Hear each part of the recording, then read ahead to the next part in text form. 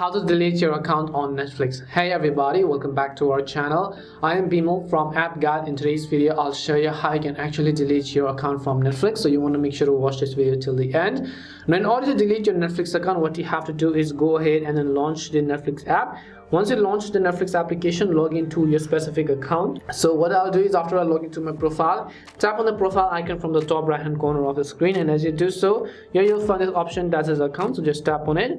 Once you tap on account over here, you have to actually scroll down to the bottom and you'll find this option under settings that says delete account. So just tap on the delete account button. Now if you don't find this option, you can try to log in from your browser, and it says to let's confirm your identity. So you have to actually enter an email and the code to the Netflix account that you're trying to delete as well, or you can also try to confirm with the payment method. If you have a confirmation payment of a payment, just enter the debit or credit card number. Once you do so, tap on continue, and then after you verify your Netflix account, it is going to get successfully deleted.